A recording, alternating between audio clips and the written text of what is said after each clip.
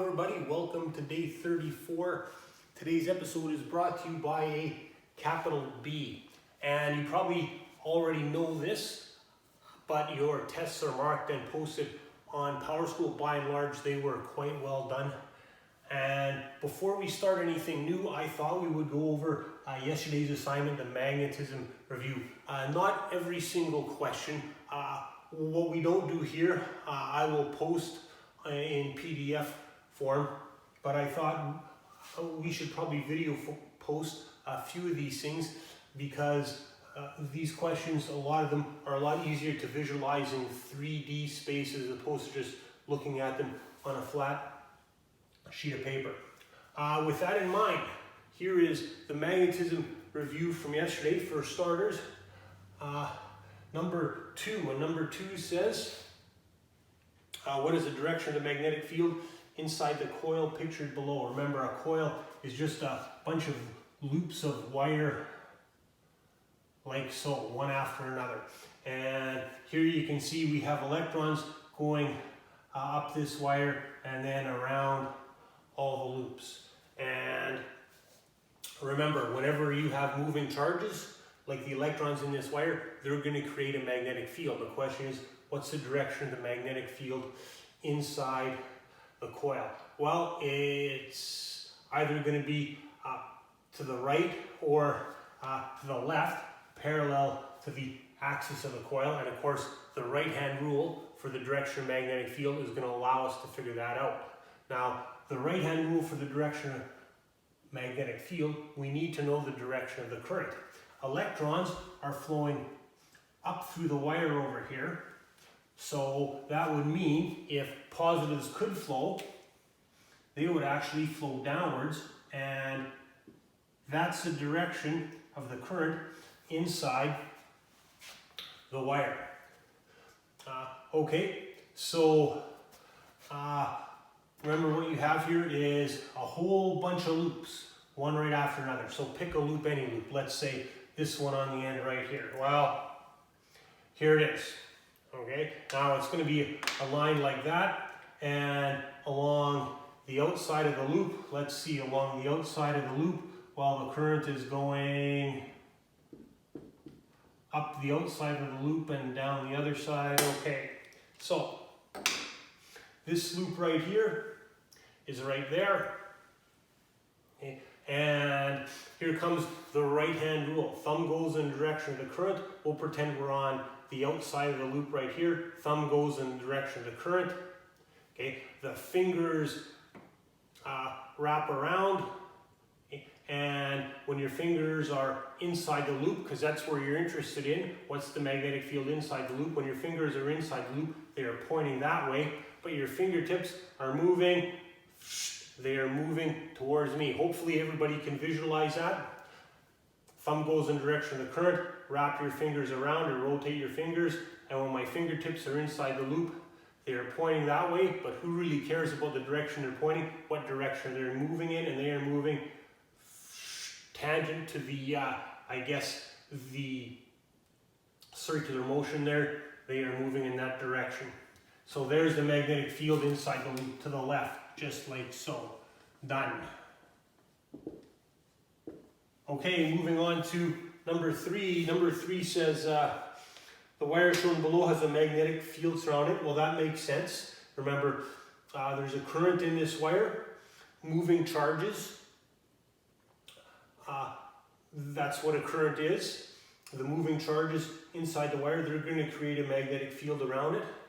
And the question is, if the magnetic field at P, so the magnetic field caused by this wire over here at point P is directed into the page, what's the direction of the current through the wire? Well, it's got to be either up or down, so pick one and see if it works using the right-hand rule. So let's say, for the sake of argument, that it is, toss a coin here, let's say the current is going up.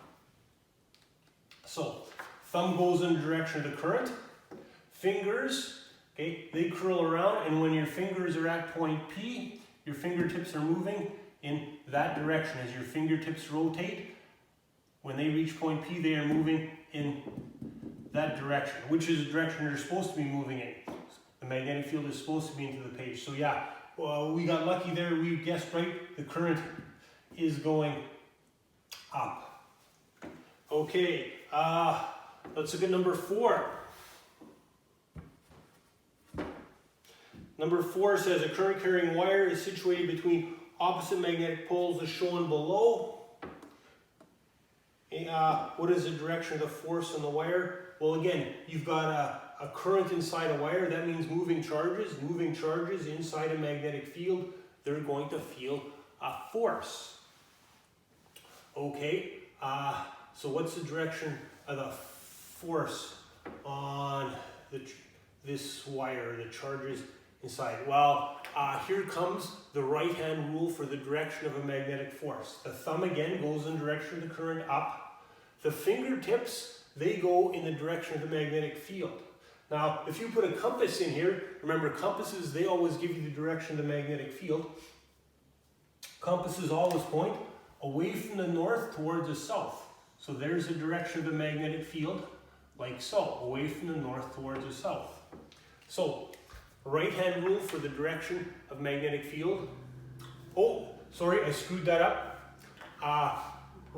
Remember, there's 2 different right-hand rules. Right-hand rule for the direction of magnetic field, which we used here, and the right-hand rule for the direction of magnetic force. That's what we're interested in here, the direction of the force on this wire. So thumb goes in the direction of the current, which is up. Fingers go in the direction of the magnetic field, which is to the right. And the force pokes perpendicularly out of the palm of your hand, which would be into the page. So in this situation, the force is into the page. And oh, what the heck, we may as well do number 5 as well. Explain in your own words what is meant by a magnetic field of 2 Teslas. Well, 2 Teslas, remember, means 2 newtons per amp meter. What in the heck is 2 newtons per amp meter? Well, it's this. If you have a wire that's 1 meter long and it's carrying 1 amp of current, okay, and you have a magnetic field perpendicular to that wire, that magnetic field is so big that the force on the wire is going to be equal to 2 newtons. And if you're really curious in this, the way I have this drawn in this particular example, even though it isn't really part of the question, the force on this wire would be, let's see, thumb goes in the direction of the current, like so. Fingers go in the direction of the magnetic field, down. Force pokes perpendicular to the palm of your hand. Yeah, the force on this wire would be into the page. But the direction really has nothing to do with the question. That's just something we threw in there to give you a little practice with regards to the right-hand rule. Okay, so went over a few of these questions. What I didn't go over, that would be 1, 6, and 7. They will be posted in PDF format. And in just a second, I'll be back and we'll be taking a look at a new topic for today.